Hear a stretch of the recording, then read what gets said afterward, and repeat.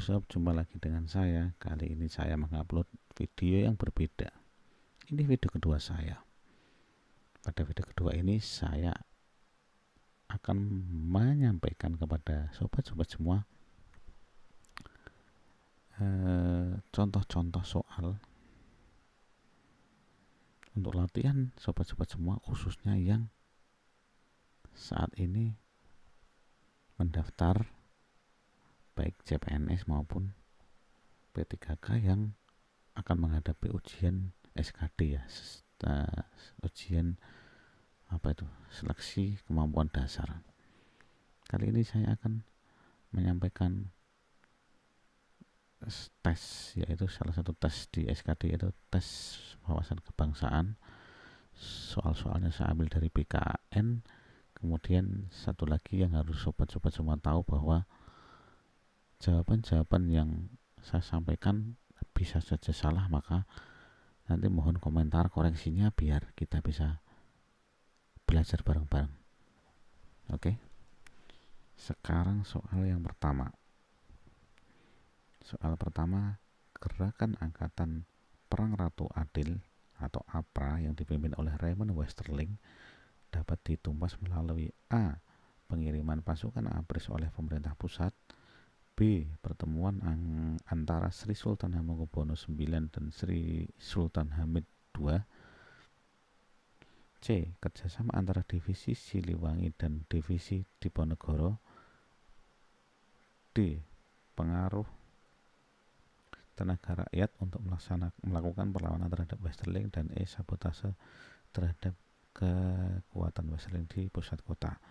Jawaban saya adalah A. Pengiriman pasukan ABRIS pemerintah pusat.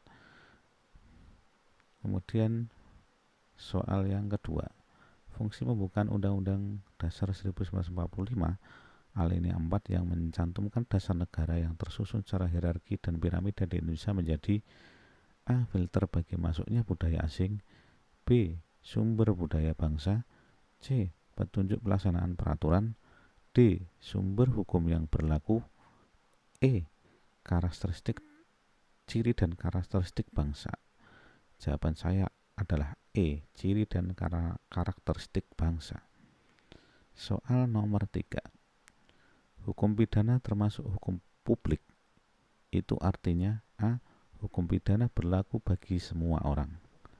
B. Hukum pidana mengatur hubungan antara para individu dengan masyarakat dan hanya diterapkan jika masyarakat itu benar-benar membutuhkannya. C. Hukum pidana mengatur hubungan antara individu dengan negaranya. D.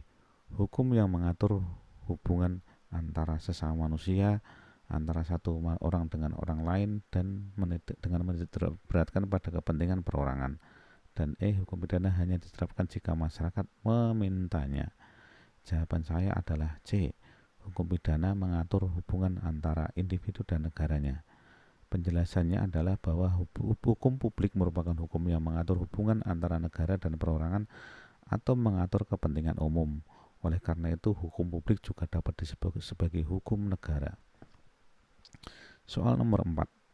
Hak untuk memeluk agama, beribadat menurut agama termasuk dalam hak asasi A. Pribadi, B. Sosial budaya, C. Milik, D.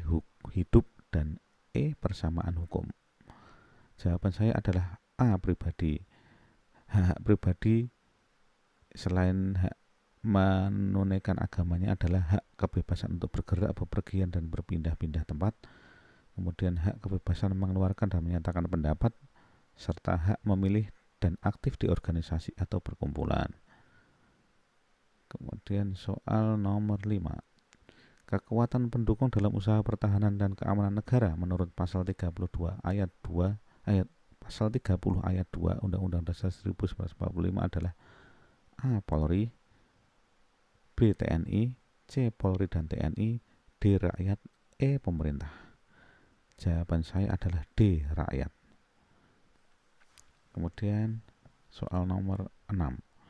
Wakil Presiden RI yang memerintah pada tahun 1983 sampai 1988 adalah A. Umar Wirahadi Kusuma, B. Sudarmono, C. Muhammad Hatta, D. Adam Malik, Sri Sultan Hamengkubuwono IX. Jawaban saya adalah A. Umar Wirahadi Kusuma. Soal ketujuh. Segala warga negara tanpa terkecuali memperoleh perlindungan hukum karena A. Berkedudukan sama di depan hukum. B. Hukum melindungi warga negara. C. Hukum berada di atas segalanya. D. Dijamin oleh Perserikatan Bangsa-Bangsa.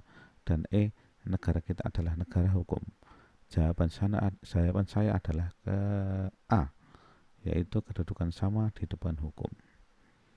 Soal nomor 8. Kepala pemerintahan dipegang oleh Perdana Menteri, sedangkan kepala negara dipegang oleh Presiden atau Raja.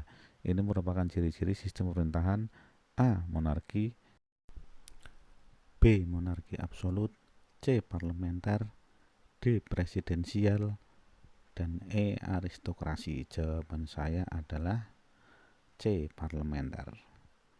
Kemudian soal ke-9. Suatu bentuk korupsi yang tidak melibatkan orang lain dan pelakunya hanya seorang saja.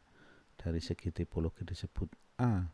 Korupsi transaktif, B. Korupsi defensif, C. Korupsi investif, D. Korupsi otogenik, dan E. Korupsi perkerabatan.